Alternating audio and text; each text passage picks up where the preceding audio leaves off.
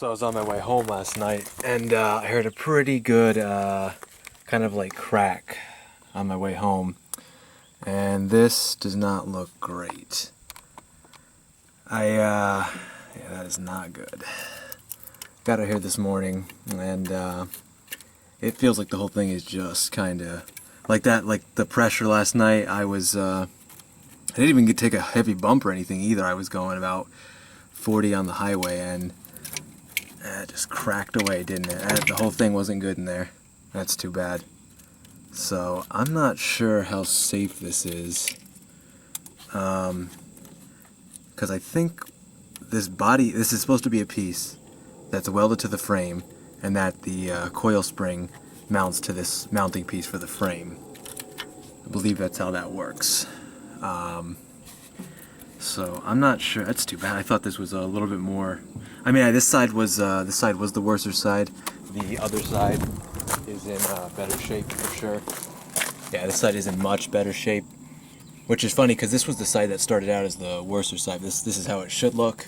That's much more secure. And I know this side had looked a little rougher, like worse for wear, but I didn't think it was quite that bad all the way through. Now I have no idea. Like, that does not feel good. That definitely shouldn't be like that, obviously, but I mean, this is all structurally insured. How much of this I can actually get around to up and back? You can see up and back there, it's not in great shape, so I may need to jack this up and pull my tire out and really get a good feel for this. I'm not sure how safe it would be driving with the coil spring like that. I don't know if that could like come undone. I have no idea. So I'm gonna take a closer look at this. Maybe call someone, get some info, see if this is okay for now, if it's gonna be okay, or if I may need to schedule an appointment sooner rather than later. Because this is the problem with having something this old and beaten up on as your daily driver.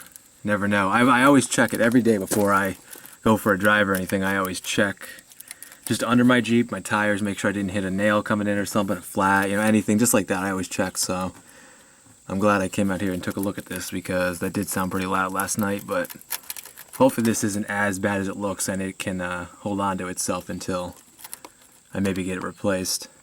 Alright, so I made some calls, and basically the bottom line is, this isn't great. I should definitely get this fixed sooner than later, especially since around on the inside I can see it's just pretty much as bad.